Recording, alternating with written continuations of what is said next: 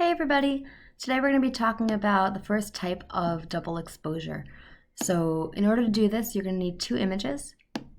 I strongly recommend using one image that has a clear and defined subject, like I have one of my son here, and another that's mostly textural. The first thing you're going to want to do is check your image size.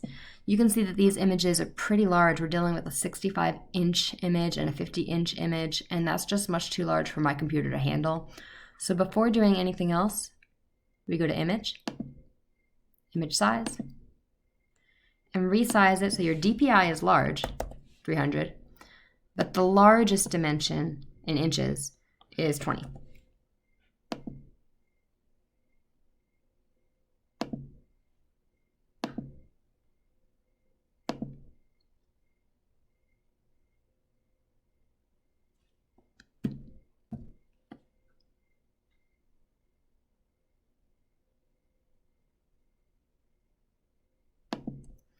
And you'll do that for both images.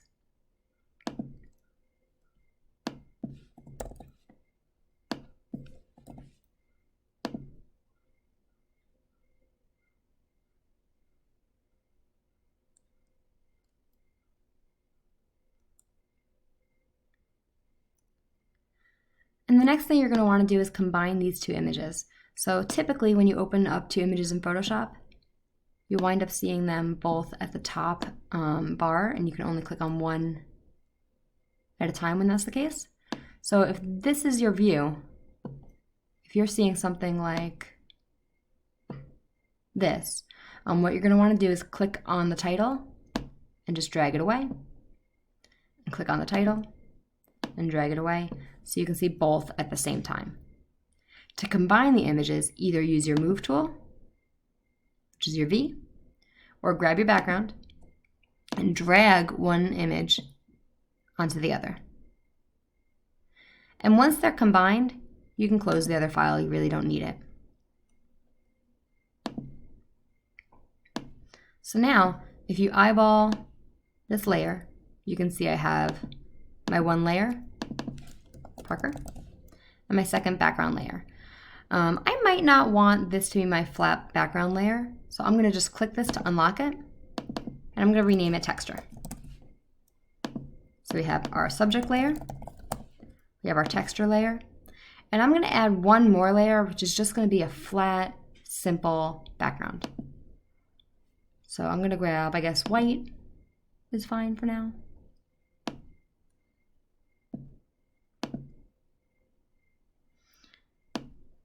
And you can see now I have three total layers. Your background layer, your new background layer, which has nothing on it. I'll put it on the bottom.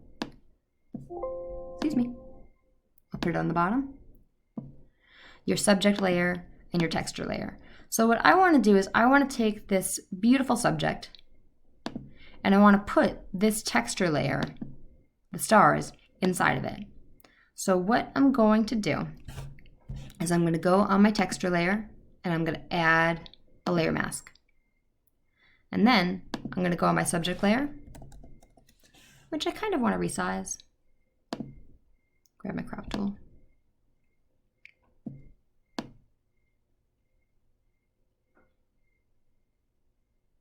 Okay. And I'm going to grab my rectangular marquee, and while I'm certain that I'm on my subject layer, I'm going to select the whole subject.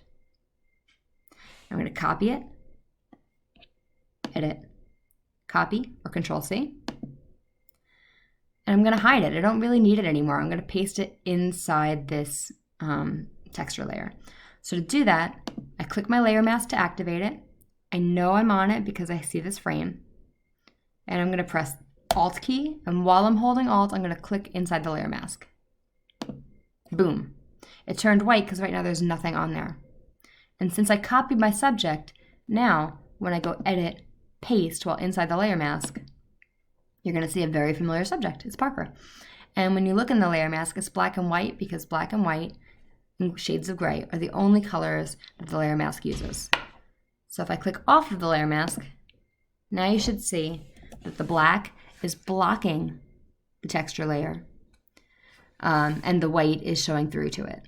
I can also invert this. If I want the opposite, I can go on my layer mask, an image, adjust invert or control I. We'll flip it, and I can do that as many times as I want.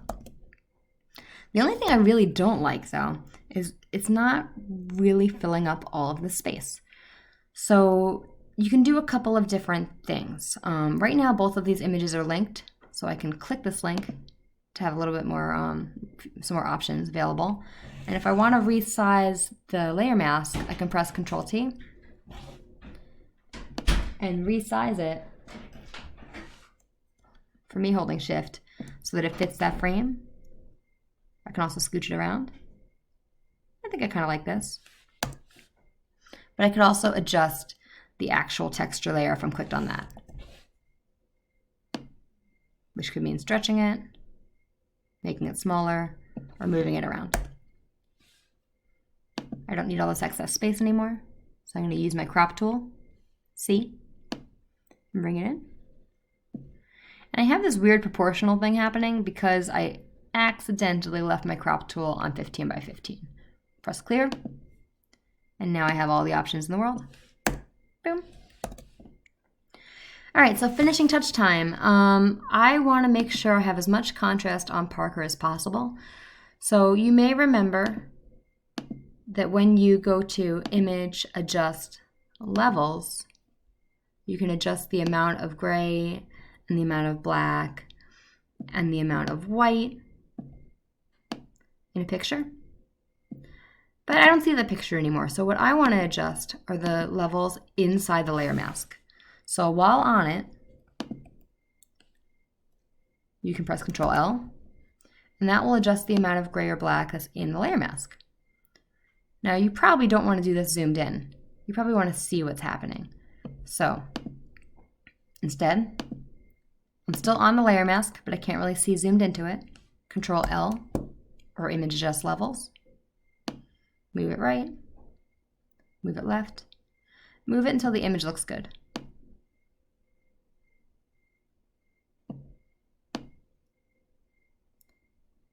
And I kind of like this. Press OK. Adjust any cropping that you might need, because I missed that little part right there. And I'm done. If you wanted to play around more on this background layer, you could change the color to whatever you want, which means when you show through, you'll see a hint of that color. You could try something a little nicer, maybe a gradient.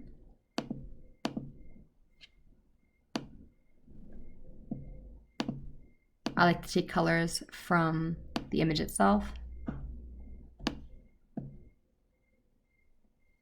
And you can also even mess image adjust hue saturation with those colors, the saturation, or the values after the fact. All right, so now that I'm done, hopefully you've already saved it at this point.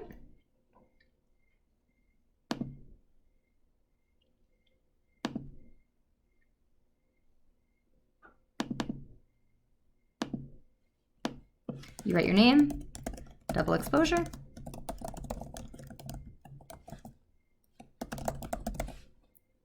and you're going to upload that PSD as well as your JPEG file.